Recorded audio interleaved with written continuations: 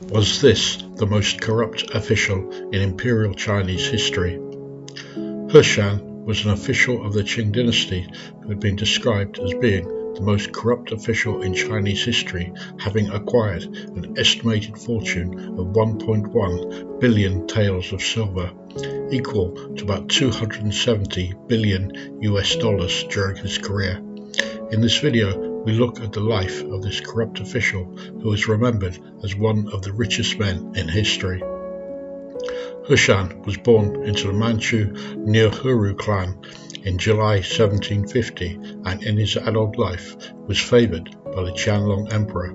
After the emperor's death, his successor, the Jiaqing Emperor, confiscated the wealth acquired and ordered Heshen to commit suicide.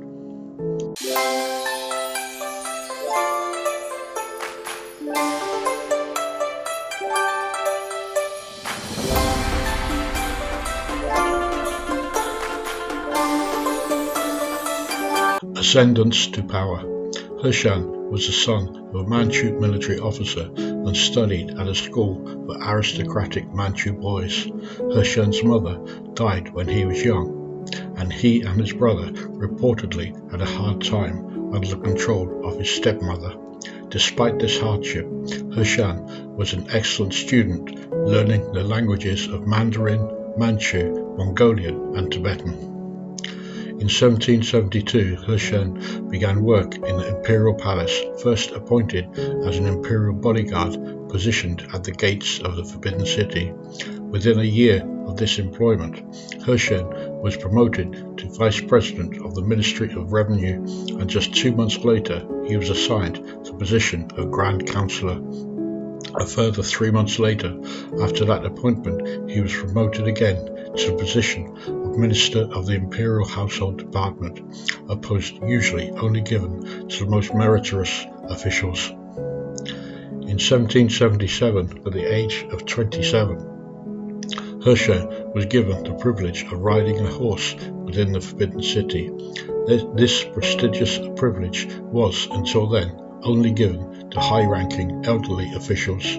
Soon after Heshen was given control of both the Ministry of Revenue and the Civil Council, this appointment enabled him to control the revenue of the entire Chinese emperor.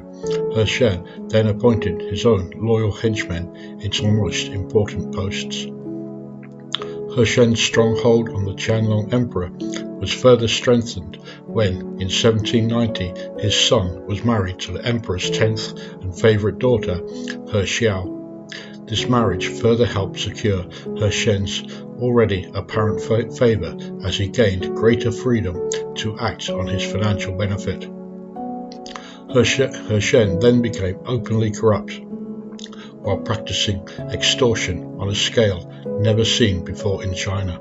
His closest supporters within the imperial system followed this lead, while military commanders prolonged campaigns in order to gain the benefits through additional funding.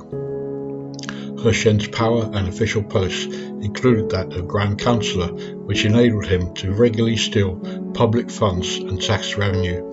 To counter this, he raised taxes again and again, which led to further suffering of the people, while Heshen gained financially. One consequence of this were the severe floods that affected the Yellow River. Corrupt officials were pocketing the funds set aside for the upkeep of canals and dams, so when heavy rain affected the area, people living there either became victims of the floods or lost their livelihood through this level of corruption. Rising prices, particularly of the staple rice, left many people simply starving to death. This level of widespread corruption and nepotism was the start of a century of prolonged downfall that eventually led to the overthrowing of Imperial China and the Qing dynasty.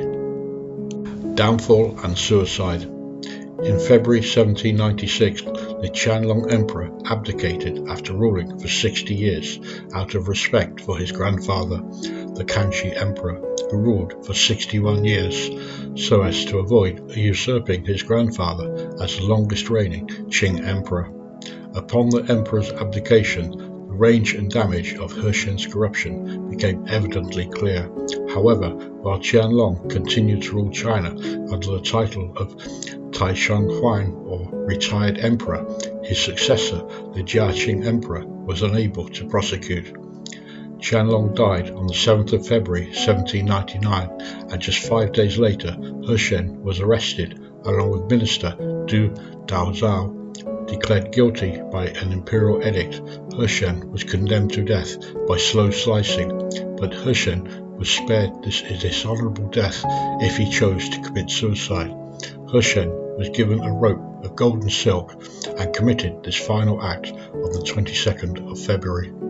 Heshen's acquired wealth. In the 24 years that Heshen enjoyed the emperor's attention and favour, he amassed a fortune. When under the authority of the Jiaqing Emperor, Heshen's property was seized. His estate amounted to 2,790 rooms in his estates and mansions, 12,000 acres amounting to 49 square kilometres of land, 10 bank branches, 10 pawnbroker branches, 58,000 taels of pure gold, 100 large ingots of pure gold, 56,600 medium silver ingots, 5,830,000 small silver ingots, 58,000 foreign silver dollars, 1.5 million copper coins, 300 kilograms of top quality Jilin ginseng, 1,200 jade charms, 230 pearl bracelets, 10 large pearls, 10 large rubies, dozens of place settings in solid gold and silver,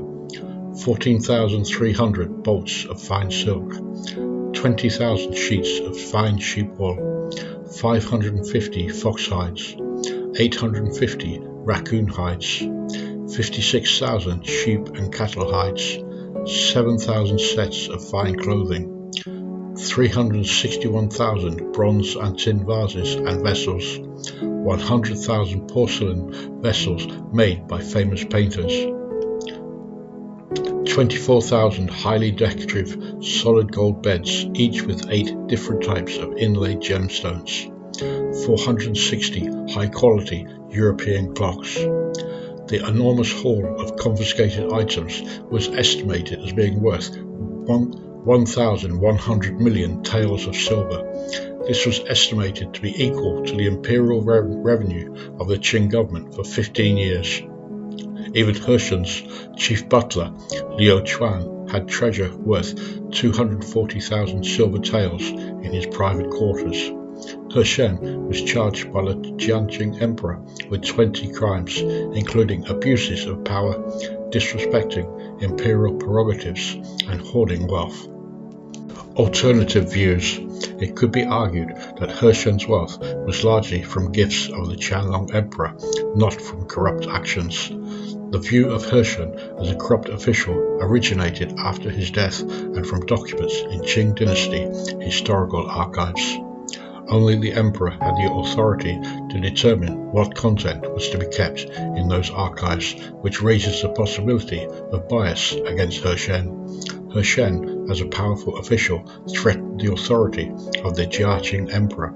Officials during the Qianlong Emperor's reign may have feared or been jealous of his power. The Jiaqing Emperor could have used legal pretexts to legitimize those feelings and condemn Heshen to a death sentence. Former residence. After the death of Heshen, his former residence was given to Prince Gong as his official residence. The estate, now known as the Prince Gong Mansion, is now preserved as a museum and a popular tourist attraction in central Beijing, to the north of the Forbidden City. Conclusion. Heshen exemplified the widespread corruption of the civil bureaucracy and military that existed under the Qing dynasty. Bannermen developed habits that made them virtually useless as a fighting force. China's Green Standard Army was beset with irregular practice and had lost much of its fighting spirit shown during the early Qing dynasty. The Qianlong Emperor's 10 great campaigns were completed at a cost of 120 million taels, This was against an annual revenue of around 40 million taels.